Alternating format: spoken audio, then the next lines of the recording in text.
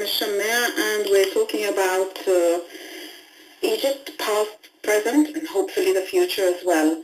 And Iman had called a lot earlier and said, has the concept of that the ruler is always the master and the people are the servants, has this always been the concept in ancient Egypt, and it's come to us through different generations and eras of history? You know, when you mentioned, before I answer your question, when you mentioned Egypt, past, present, and hopefully future, inshallah, better and better, it reminded me of a proverb which was once said to me by my father, God bless his soul in heaven. He said, him who does not read his past is not going to know how to deal with his present, and is not going to know how to plan for his future. Mm-hmm. Now, a sentence like this can be placed carved in gold on the palace of presidency all the time, because that will remind you always to take lessons from the past, especially, and that is linked to your question here, to Iman's question, which is this link between why are we always the business of rulers and slaves. Let me assure you, Iman, that this is what you, when you read in the history, unfortunately, history that you read in books is what I like to call temple history. This is the history which was written by people who are interested in temples, i.e. what the high priest said about the king. And of course he's going to say great things about his king. Sure. And he's going to say that the king gave the temple land, and because the king did not give land and did not give exemption from taxation to the priesthood, the deity is not happy, and so on and so forth. So, a good example of that is the stela of the famine. It's a very famous block of stone. And then that on its own can bring you tourism back if you put it on the spot. What's that? I'm not aware of it. In Aswan, there is an amazingly beautiful island in Nubia called Sohail Island. Sohail? Yes. And Sohail Island has got a small kind of mount, very easy to climb. And once you are up at the top of this mount, you are in acquaintance with this beautiful block of stone. When you read the text which is carved on it, you will know that Egypt went through famine because the river Nile did not flood for some years. So drought once again. And the priesthood is happy to receive certain type of gifts. And you know who was to blame in ancient Egypt when the drought, when the Nile flooding did not take place? It was the king. Because? Because he's not a good guy. He's not blessed. He's his. So once again, we're trying to say that at that time, the business was, yes, sometimes you were kind of a peaceful Egyptian who is living under a rule of 94 years of ruling. But, and here is a huge but, beware of the Egyptian when he gets angry. At all, I disagree with them being enslaved by the ruler. They do not protest this. We all knew in the 2000s that there is a kitchen underground working for something. We didn't dream of a revolution in 2011, but I used to say to my taxi drivers and everything, you know, there is a kitchen happening. Something's going to burst sometime. Yeah, sometimes. We all knew. We all had this feeling. We couldn't dream that it happened that fast and this way and in such a short interval of time. Did it happen too fast, and that's why we lost our way so early? So? I don't know. I'm trying to understand that. Honestly, I'm at a loss. Well, join the club, my dear. And I think, once again, I'm going to say it, and I don't care. We brought ourselves. In our hands was the best time ever, the best move ever. Yeah, but if we read history, all revolutions are followed by very, very turbulent times, and change brings about, look at Perestroika, look at what happened after Perestroika and how the Russians suffered. They would queue for hours for a piece of bread. Yes. Of course they would say, we want the communist era back again, and naturally, they're just human beings. But they suffered and suffered, and what's the state now?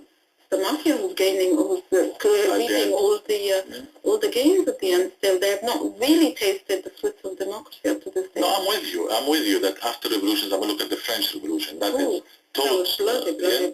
bloody. You're right. Yeah, I mean, they invented an execution device for it. But we should learn That's what I'm trying to say. We should learn from what happened to strike. We should learn what happened to the Russians. We should learn what happened in Poland, in Holland, and all these things that happened in the past. Now, very important to know that in ancient Egypt, even though you think it was the king and the slave thing, even though we are 100% sure that slavery, for example, were never used in building a pyramid, that is a total myth. And it's a very bad, evil myth as well. It was peasants, right? It was actually, farmers. you will be amazed to know that it was workers. Workers. And you will be even more amazed, you were paid workers. So there was no slavery in ancient Egypt? There were slaves in ancient Egypt. We knew that for sure because there were servants serving in the houses of people. Right? You want to call them servants? Were they slaves or servants? See, that's what I'm trying to say. You want to call them servants? This is when you write your history. But we had captures of wars. We have from Ethiopia and blah, blah, blah. We have captures of wars from Asiatic kingdoms. We had captures of wars from the east, from the west, from the south. And they were enslaved. And they were enslaved. I mean, yes. But for something like building the pyramid, the Egyptologists, and I'm not one of them, I don't go in digging. I'm originally a tour guide. But when they excavated near the Sphinx, for example, they found the places where they ate. The workers' city, the laborers' city. And I was told by an American historian, Egyptologist who works there for years, that they found the greatest number of fish bones ever anywhere in the world there. And that means that those workers were paid as well as having a meal or two. I mean... Well, it took 20 years to build, so naturally they're going to have a meal too. Yeah, per day. But here again, the 20 years is being challenged. Again. That figure is challenged now. Some people are saying 8. I'm not saying 8. But some other people are saying 8. Some others are saying 12. 12 years. And if you ask me, yes, the Egyptians could have made it in 8 years. 20 years is the words of Herodotus. And Herodotus... The famous Greek historian. The famous Greek historian, and I, with all due respect to anybody, I am totally against this business of calling him the father of history. Well, that's another issue. Let's stick to our own problems for the timing, and then we'll have a look at that later on. Can bring you on for a new edition. And but let me take you back to this business of slaves and kings and masters and slaves. 1155 BC, Egypt was ruled 32 years by a very able king, by a very strong Egypt at that time. The king was named and titled Ramesses III. Not the second, not the famous guy. Before he continues his 30th year, and why do we know that? Because every king in ancient Egypt had to celebrate his 30th year of ruling. That was a famous festival. That's a landmark in any way. And it used to be called the Sed Festival in hieroglyphs, S-E-D. Sed Festival. Heb is festival in hieroglyphs, Heb Sed. So you are celebrating your Heb Sed as usual. 30th year in rule. 32, the jubilee of the king. It seems that all the seeds were going to sponsor that festival. I'm talking seeds here means the current, the money, because there was no money in ancient Egypt. It was seeds. It was bartering. Actually, it was bartering. Anyway, so the workers of the king decided to go on strike because they were not paid. Because the seeds were going for the festival. And the priests were putting the seeds in the shonet. Shonet in hieroglyphs is the storage houses, which is the same word in Arabic, shona. And it's shonet in hieroglyphs. Are we talking hieroglyphs today? Here is another subject that you want to add to the Herodotus one in the coming edition. And when they were asked, why are you going on strike? Why are you not working? You are the workers of the king. You are the best paid people in the country. You are the top of the pyramid, if you like, the social pyramid of the country. You have your own houses. You were given houses. You were given a city to live in. You have your own doctor. You have your own court. You are kind of pampered here. Why are you going on strike? And what was the answer? Tell me. We did not get paid for the last 18 days. Now you tell me if that is not a sign sent by history. 18 days. Now, you remember what happened in 18 days. Ah, I didn't get that. I see. By numbers. Come on. Wake up and read your papyrus. Not wake up and smell the coffee. No, wake up and read your papyrus, since we are talking Egyptology. And the police officer went, because that's heavy business. That is, if the king knew, that will be some heads out of here. And that's metaphorically speaking. He's not going to kill them or like hang them, but the people's fired on that one. So that's what happened. The police officer went. First thing the police officer did, he shouted. Go back to work, he shouted. We're not going back to work. We want our seats. We want our seats. So that's an answer for Iman. Those workers were ready to stand right against the strongest power in the country at that time, which was the police. Hello, and of course, the king or the pharaoh, because he's after the 18th dynasty. So hello, 25th of January 2011, who stood against who? And this police officer was a very smart guy, because when he knew that those people mean business, what he did was this. He said, okay guys, I'm going to give you a number of pies. And he ordered a number of pies to be cooked for them. Take your pies, go back home, feed your kids, your hungry children, and feed your hungry wife, and come tomorrow, and I will lead you by myself to the temple. To get the seats. See, here is a smart guy. This is a smart policeman. One, he's relaxing things. Everything is hot. The tension, The tension is there. Everybody is on the edge. And you tell me to go back home now, forget it, buddy. I'm here to stay. So, what are you after? Seeds and food. Well, take your food then, in form of pies, and come tomorrow. So number one, you are relaxing things. Number two, you are satisfying one of the needs of the revolution, which is food.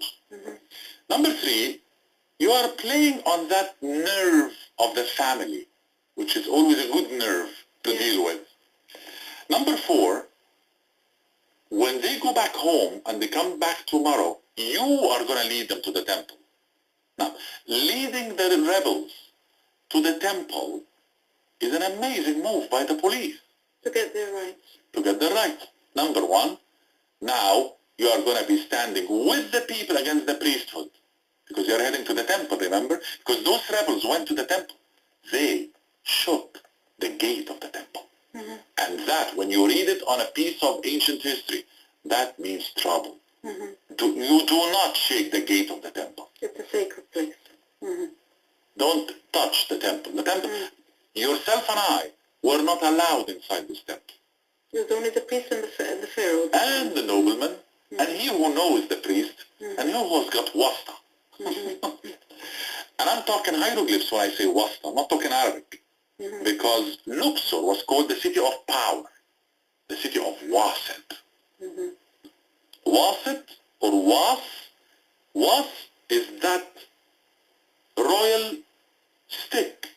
Like the skeleton? Well said. And that is the sign of power. I thought Luxor meant the city of palaces. Or is that another theory? No, you are right. Luxor means the city of palaces in Arabic.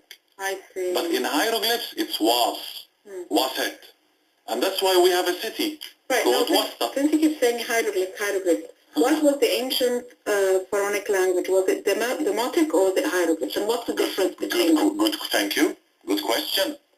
This is what they call the $6 million question. So you either give me the $6 million answer then. So you either take $6 million or hear the answer. And I'm sure you're going to choose hear the answer. Hear the answer.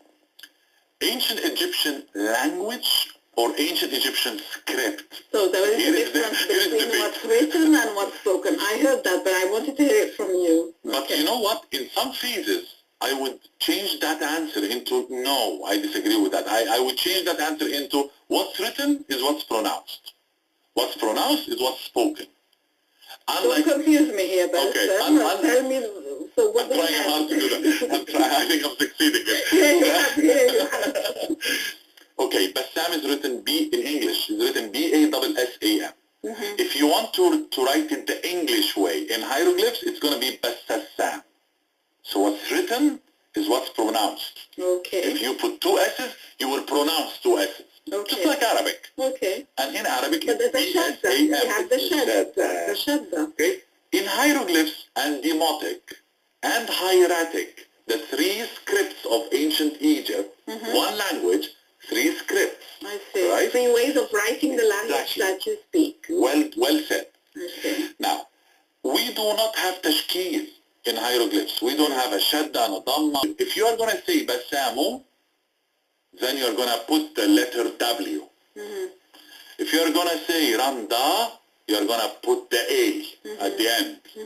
I don't care. You put U, you put E, you put Kasra, you put Dhamma, you are still putting it in form of a letter, which is a sign in hieroglyphs. Now, hieroglyphs is a very sophisticated language. The letter M, for example, is an owl. If you see an owl in hieroglyphs, it's all articulate with the feathers, the eyes, the eyebrows, the fixated eye, and beautiful. But if I'm sending you a letter telling you, you didn't pay your rent last month, where is my seeds? I'm not going to write to you this in hieroglyphs, or else it's going to take me decades. So the ancient Egyptian smart people invented demotic, which comes from democracy, demos, the people, the people's way of writing, which is a shorthand, if you like, of hieroglyphs. Or a dialect of what they speak. And very quickly, this owl is going to be a half a second drawing rather than a very articulate feathered owl.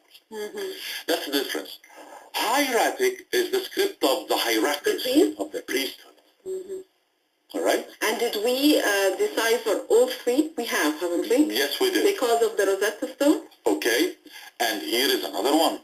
The other day somebody said, I read in a book, he said it's a mistake. I read in a book that the three languages on the Rosetta Stela. By the way, I call it a stela.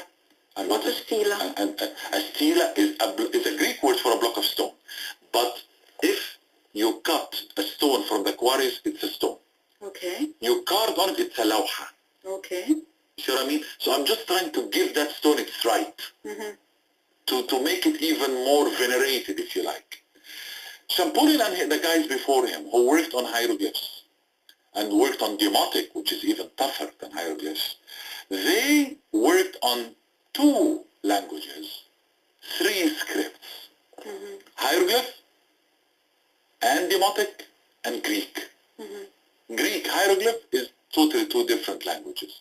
But because we knew Greek, the comparison between Greek and the hieroglyphs and the demotic make it easier, or made it easier. So the claim that the Greek language on the Rosetta Stela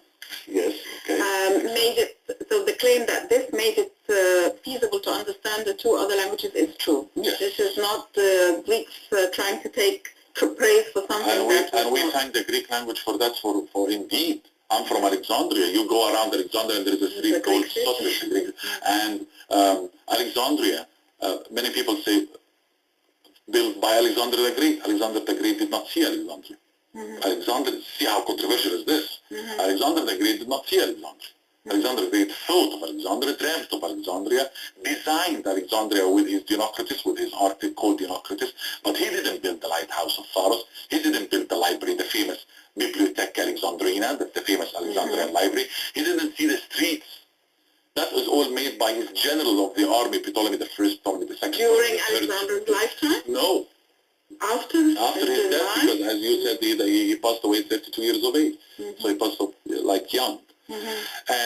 But he laid the concept. He had the plan. And the plan. With his art. So here comes... So we left that it's called after him. Oh yes. No. I mean, there are over 40 cities around the world, as you well know, some of which is in the South Pole and North, and places which you will never dream of Alexandria being there. There is Ascandarona, there is other places like that. But I take you back to this business of the people who actually wanted not to be treated unjustly by the social system of the country. never mind masters and slaves. We are taking things to other level now. We are talking about people who are going on strike. 1155 BC, for God. This is not this democracy or what?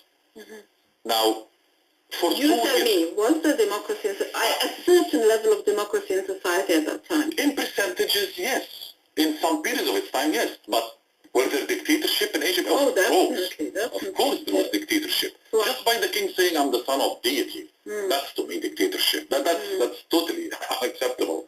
Religiously and historically. And this business of the king always marrying the sister or the daughter, was it only among the deities and the kings, or was it also among the commoners as well? I read in one of the very respectable sources of history is that this business of marrying the sisters didn't happen often.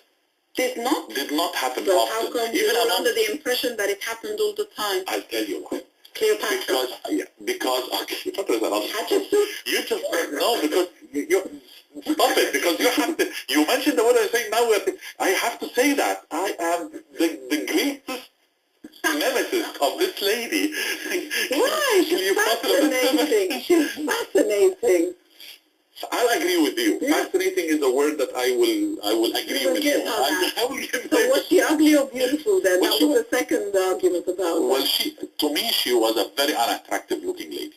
They said the coin that the coin of the British Yeah, they said yes. But she had a Greek unattractiveness to her. Okay. She was Greek, wasn't she? She was here is another difficult question. Who's her mother? This is a question that we're still asking till today. Her father is well known, Ptolemy the 12th.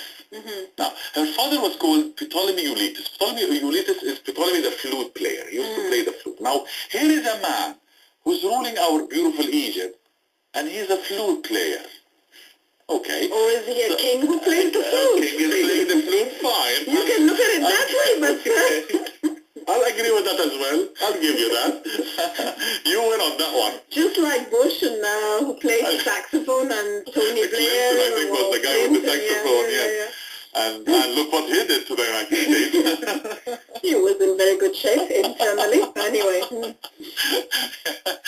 And so that's her father. We are sure of that. Good that we are sure of something with this lady. Okay. Her mother is a dilemma, because we do not know who her mother. Some people said maybe she was a foreign. Some others said maybe they went even for the business of maybe she was an African lady. No, this is the first time I hear this one. No, and in 2009, an Austrian group of researchers worked on the bones of Arsinoe. What's Arsinoe? Arsinoe was the sister of Cleopatra. Half-sister, full sister? Sister. Of Cleopatra, and also the daughter of Ptolemy, the flute player. And they said that her remains were found in Epsos, Turkey. They worked on it, and they said, they came out with that amazing result, that her mother had a skeleton of an African design. The bone shape of the structure. And if indeed Arsinoe's mother was African, so there is a very, very good percentage that Cleopatra's mother also was an African origin lady. But wasn't Caesar and Antony and all these people they were a bit of a racist? Would he ever have married a lady that he might have suspected had African blood in her? Married is a word that I can discuss with you. Okay, went into a liaison and had a son whom he brought to Rome and paraded as the coming heir or whatever, Okay. Cleopatra, you can say many things about her, about how she looked like. But she was a very attractive character.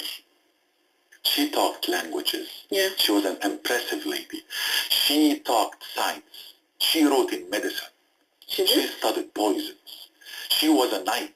She was gorgeous with horse riding and everything. She knew poem. She recited poems and tragedies of ancient Greek origin. She knew how to talk Arabic. She knew how to talk, they said, Hebrew as well. They said she talked Persian.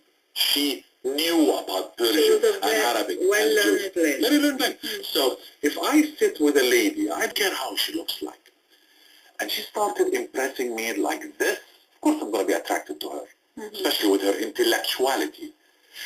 Plutarch, a very famous historian, is telling us, maybe she was with the beauty that strikes men. But when she talks, as if you are listening to a musical instrument. So imagine yourself sitting in front of a lady and she's talking like as if you are listening to a harp playing, for example. Of course she's going to impress me. Plus, African beauty, if you like, if we can put it this way, is an exotic beauty to look at by a Roman eye. Plus, Romans were no strangers. Used to it. Exactly. Plus, hey, Romans were no strangers to Africans. Septimus Severus, the very famous or infamous, it depends from where you are looking, Roman emperor. He was Libyan. He was born in Libya. Born in Libya. And that's why if you go to Libya, you're going to find an design of a building by Septimus Severus. Ptolemies, they say they were not, they're not considered ancient Egyptians. They were not Egyptians, but they wanted to be Egyptian. What are they exactly? Macedonian Greeks. And they What were is the originally the difference general... between Macedonian They were two kingdoms attached to each other, and there were some, rivals. So are they Greeks or are they not Greeks? They were Greeks. They were Greeks. Greeks, yes.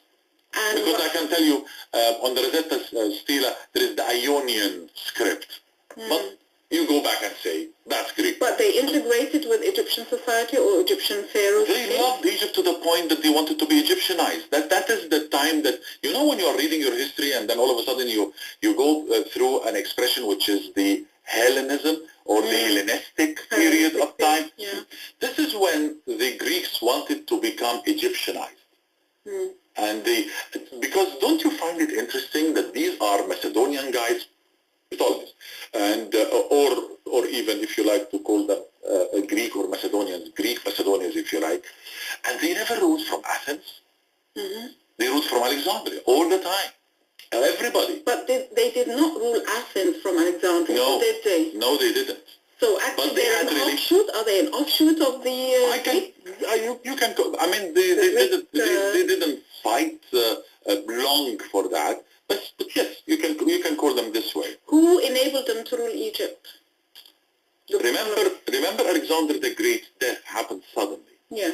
He was 32, and before his death, his empire, which was vast, between Portugal and India. He wanted to go into China as well, but military leaders said, we've been fighting for 8 years, give us a break. And so before his death, they said, and your kingdom goes to who? Because he didn't have any sons at that time. His Persian wife, Roxanne, was only pregnant. So to whom your empire goes? And he said that, I read in one of the sources, he said that word, which I think was the very unsmarted word which was ever uttered in history. The strongest. Of course, that will lead to wars. Hello. Of course. That will lead to civil wars all the time. Anyway, to cut the long story short, Soter, S-O-T-E-R, the savior, became the first Ptolemy, became the first ruler of that line of rulers. And he went on to founding Alexandria. The Alexandrians at that time were a huge mix of, you name it, and they are there. Greeks, Egyptians, Mediterraneans, Indians, and because it was a center of learning as well, so everybody came to it and lived there and probably intermarried as well, right? And it became very famous, and then of course Ptolemy the second and the third, and of course the Library of Alexandria being founded, the Lighthouse of Alexandria. If you ask me, who is the best of the 15 Ptolemies?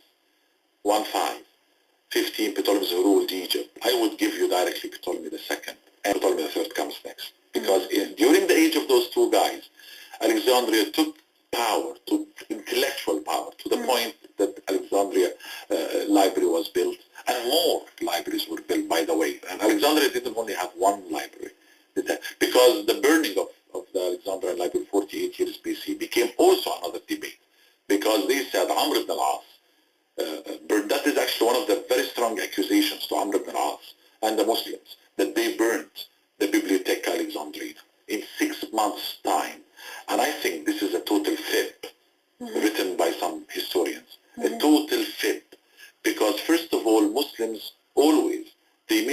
very used to the idea of them studying the other. They are very well known of that. And if it wasn't for them studying the Greeks and the Greek sciences, they wouldn't have made all these amazing, great inventions. So they studied the other. And that is why I find it very hard to believe that Muslims in 6 months' time, they are burning all the manuscripts. 700,000 manuscripts burned in the Alexandrian library. 700,000. You know, when did I remember that? When those guys were burning al-Majma' al-Ilmi in Tahrir. I said, this is the second burning of the Library of Alexandria. Why would you like to burn 197,000 documents? And I went there and I led a campaign to save it. And when I went to Dar al-Kutub, I saw the volunteers working, bless them, in the garden with the burnt documents. Yeah, trying to save papers and manuscripts. And you want to take a look at those burnt manuscripts. How many years did it take this scientist or that scientist to write that book for you to only Molotov the whole building? Who wants that? Who wants to burn the memory of Egypt? The memory of the world? You know, when this Majma' al-Ilmi was actually built, okay, I totally disagree with Napoleon Bonaparte and his invasion of Egypt. But Napoleon Bonaparte appointed a guy to take care of Majma' al-Ilmi. And he worked as a deputy for him. One of the greatest dislikeness of me reading history in the last 28 years is Napoleon Bonaparte. I don't like the guy. I think he's an invader. I think he's a bloody character. I think he's insane with his own power, egomaniac, egotistic, ambitious to the way of bad. But to appoint himself as a deputy for a scientist, that's another story. He took scientists with him on his campaign, so just, you know, everyone has a good and a bad side. Nobody's totally 100% evil or bad, or 100% good. Yeah. But what do we do? What do we do to that? What do we do? Young guys and girls dancing and urinating while Molotoving in Majma' al-Ilmi. You want to tell me? And then they will tell you, oh wait, they didn't know that this is a Majma' al-Ilmi. Now, if they knew this is a Majma' al-Ilmi and they were burning it, that's a dilemma. If they didn't know and they are burning it, that's even a bigger dilemma. Because that's your mistake, you authorities of intellectuality in this country, that you for the last, I don't know past how many years, didn't tell the Egyptians about this building. It was the first time for me personally to even hear about this building. I have to admit, I didn't know it existed. I'm with you. You say, but Sam, you keep on criticizing for the last 15 and 20 years. Of course I have to criticize this. Of course I have to stand up. I used to stand up and shout and say, guys, and wake up. You cannot be spider-webbed in your offices. You have to leave that chair and go down. Okay, can I take you in the last 10 minutes? There was many stories during the first days of the revolution of our heritage, of the warehouses, of the antiquities, of the museums being pillaged, and we never really got to know the true story. And then sometimes they say, well, a worker was walking by this dustbin or some rubbish next to the museum, and suddenly he found the statue. It made me laugh in the middle of sadness, that story. And then there were so many stories in the Niles. At first, nothing is gone from the museum, nothing is gone. Then suddenly stories creeped in. Well, this storehouse and this warehouse was pillaged, and this was robbed, and this. How much did we lose during those 3 years? 28th of January. After 6 o'clock, the Egyptian Museum was entered by hundreds, and my friends there told me by over 1,000. They stayed for hours, and they stayed there, whoever wants to do whatever. And they were actually chased by the workers of the Egyptian Museum and by the security of the Egyptian Museum. They told me they chased them. But sorry, I have to stop you there. Yeah. We have security in the Egyptian Museum? Come on, man. No, I've been there. Let me be quiet. No, don't. I was shocked. I went there what we like to call security at that time. Even the museum, even the state of the museum. What the hell is this? That's is that the Great Museum of Egypt? You mean the storage house? Because that's how I call it. I don't call it the museum, I call it the storage house. It's a rundown building. It's a rundown building. It's a dirty, rundown building. Yeah. And don't get me started on the garden. You get me started. Let's go back to the... Don't get me started on the open air museum in the garden. Hello, we are 1.5 meters from any hand that walks down the street of Abdul Men'em Riyadh. Hello? What? You put genuine statues in a garden? Did we? That is still till today. Okay, here is my request from you, Mr. Dr. Ibrahim, Minister of Antiquities. From a man, I'm not an Egyptologist, I'm just one of 16,000 tour guides I'm an Egyptian, all right, who loves the history of his country. I'm telling you, please, I beg, take these statues in. If the statues were in and they were not saved, how about the statues in the garden today? Take them in. Do we have any kind of... The fence is hollowed. It's like a prison bar. So anybody can put his hand through. Okay, it's far away from a human hand. I'm with you. But it can reach with a Molotov. It can be reached by any stone, by any destruction. But let me take you back to the 28th. When they were, of course, what do you are talking about storages which were robbed and everything. The two pyramid storage area which were taken by 40 thieves by guns.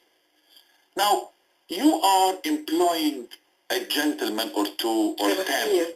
Ghafir. What do you give him? To defend himself first? One rifle. What rifle? I don't know, coming from the Second World War, I guess. I'm not sure. And you want him to stand in front of 40? A gang of 40 thieves who are with the best machine guns ever? And you want him to stand in front of these guys, these thugs? And you pay him pittance as well. And exactly. And how many times did they get on a microphone and on TV saying, give the guys better salaries? How many times did I stood in a lecture and said, give the guys machine guns that can fight those guys? 40 people against how many? A gang of 40 robbing 2 storage houses of the pyramids area. The pyramids area. We're not talking Middle Egypt, we're not talking Upper Egypt, we're not talking the Oasis, we're not talking Sinai, we're talking the pyramids area. So if those guys were not giving any attention to anything in the Oasis, all right, why are they not giving any attention? So 40, and I remember at that time that I always try to overcome this feeling of sadness with funny statements. And I said, 40 thugs in a gang attacking the pyramids area. What is Ali Baba then? Ali Baba and the 40 thieves. I'm wondering, where is Ali? Did we catch any Ali Baba? No. Because you know what happens to us? We forgot that Ali Baba was a thief. Did we even try to catch any of them? We didn't. All right. Now, 29th of January in the morning, the authority came out of Antiquities at that time and said, Egypt is safe because the museum is safe. And we all stood there and said, okay, another statement by a government authority. And we all looked at the ceiling and we laughed. 13th of February, things changed because now Egypt is not safe because the museum is not safe. What? What happened? The museum was robbed. It took the authorities from the 29th of January until the 13th of February to know that the Egyptian museum was robbed. And we never really got to know the final figure, what was taken. Was it 18 to start with, 18 pieces? And then it became 54, and then it became 58. Somebody said to me, I don't know, over 100. And then all of a sudden, some people started to put those antiquities in bags and throw them into the garden of the Egyptian Museum. Thank you very much, Mr. Thief. We really appreciate that. All right? Secondly, the statue of Akhenaten, which was found underneath the bridge, and some young Egyptian man found it, and he took it home. His father saw it, and he said, what are you doing? I found it in the street. Well, let us take it back to the Supreme Council of I don't know what. Please, I mean, are you trying to... Funny story. I mean, if you tell the story to some kid, it's not going to believe. Just like the sunflower story.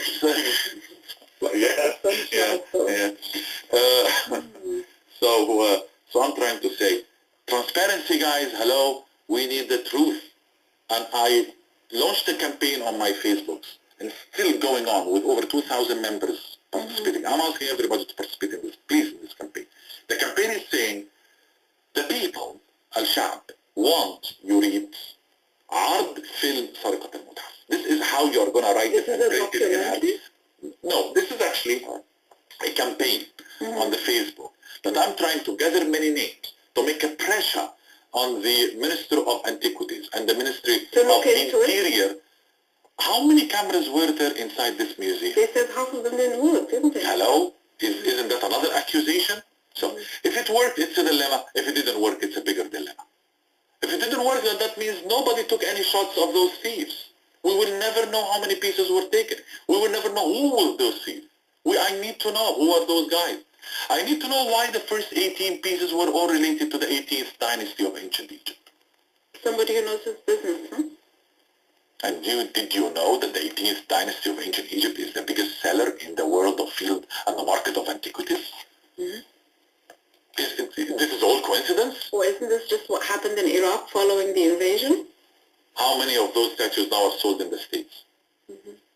Now, if you go online for www.ancientresource.com, you're going to find one Gabriel van der Voort from California selling monuments online. Why aren't we pursuing him? Exactly. Legally? I say, please, Mr. Ambassador of Egypt in the United States, go to California. The guy placed his address on his website. Why is the ambassador? Why aren't we here in Egypt? From here, taking legal action? What is our net police, or I don't know who? What is the Minister of Antiquities? And I said that, www.ancientresource. Actually, it was in Al-Akhbar, ancientresource.com by Gabriel van der Voort. He places his name. He gets out on video. He talks to you. He says, I give you 100% guarantee that this is a lifetime authentic statue of ancient Egypt. Hello? Is anybody there? Is anybody out there listening to me? For the last 6 million years, I'm turning into a dinosaur here. Reply, please, reply. I'm not saying this because I want you to look bad. Please, try to understand. That's what the past guys didn't do with people like us. They didn't want to understand that what we are saying, we're not criticizing Rwanda because we hate Rwanda. We are not criticizing Rwanda because we want Rwanda to be the worst radio station. We're criticizing Rwanda because we want it to be the best radio in the world. Because I don't care about people, I care about the country. Mm-hmm. I care about Egypt. So, I'm trying to tell you, good people placed. Do you know that this guy can deliver the monument? Home delivery? I'm not kidding. Home delivery. He's saying anywhere in the world? Shipping. He's saying at the end of his paper, you will add, I don't know, 8.5% or something for shipping services if you want to. So what you want to do? You want to go to www.ancientresource.com, put your, I don't know, credit card number or whatever, buy a mummy of a falcon from ancient Egypt for some $500, and it will be delivered to your home. Maybe it's a fake person. He is giving you, he's saying that he is in relation with, I'm not going to mention the organization, but the best organization of history in the world today. Why are they giving him authenticity and credibility? credibility? And if he is fibbing, if he is lying, this big organization should have sued him. Why are we the Egyptians suing him? Well, let's not wait for somebody else to do it. I'm not talking about suing, I'm talking about catching him. Sending him to prison. This guy is doing, these monuments entered America before 1969, before the world's UNESCO, I don't know, agreement, I don't know what.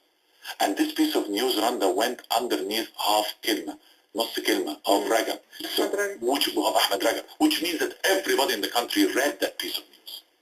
Because you can tell me, oh, this piece of news was placed in some part of the newspaper that nobody reads. No, everybody read that piece. Can we end on a optimistic note, or is there nothing optimistic to say? You are talking to the president of the Arab Republic of Optimism. Okay. You've got 1 minute. 1 minute to tell you that because I read in all my modest readings in history, I tell you, Egypt, inshallah, is going to pass through. The best we can do about it is to pass through the dark tunnel quicker than before, not falling into the same mistakes of separation like before. Now we are hearing things about Port Said, about Mahalla, trying to separate. Well, look what happened when we separated. We became a very easy chewed piece of bread in the mouth of our enemy. So please do not repeat the mistakes of history again, Egyptians. This is my cry to you. My cry to you is, be one, unify, be strong, follow science, become genius again, invent again, love your country again, work for your land again, and don't work for yourselves and your seats and your chairs. For all those guys up there who are fighting, because somebody wants a piece of the cake or this, I don't care what type you are following or what party you are following. I'm not personally into any of the political parties, but I would give people a chance to prove themselves, even if I disagree with them from the political point of view. And finally, the famous word. You've heard it, you've read it millions of times, you've heard Pink Floyd, if you are a Pink Floyd fan, singing it. Together, we stand. Divided, we fall. But Ms. Shammah, thank you very much. We must get you here again, but let's get you on more, let's get to history then next time. We can have an addition once on Coptic monuments and what to visit. Why don't we get you to go out and visit these places and get to know more about things that you can see outside of Cairo and Alexandria, because I think we need to know a little bit about that. Thank you very much for your time. I appreciate it very much. And I'll be seeing you next week in Razzmatazz from 4 to 6 with Dr. Marianda Wood. Another guest will be joining me, and all about, she's a nutritionist, and all about nutritious food and society.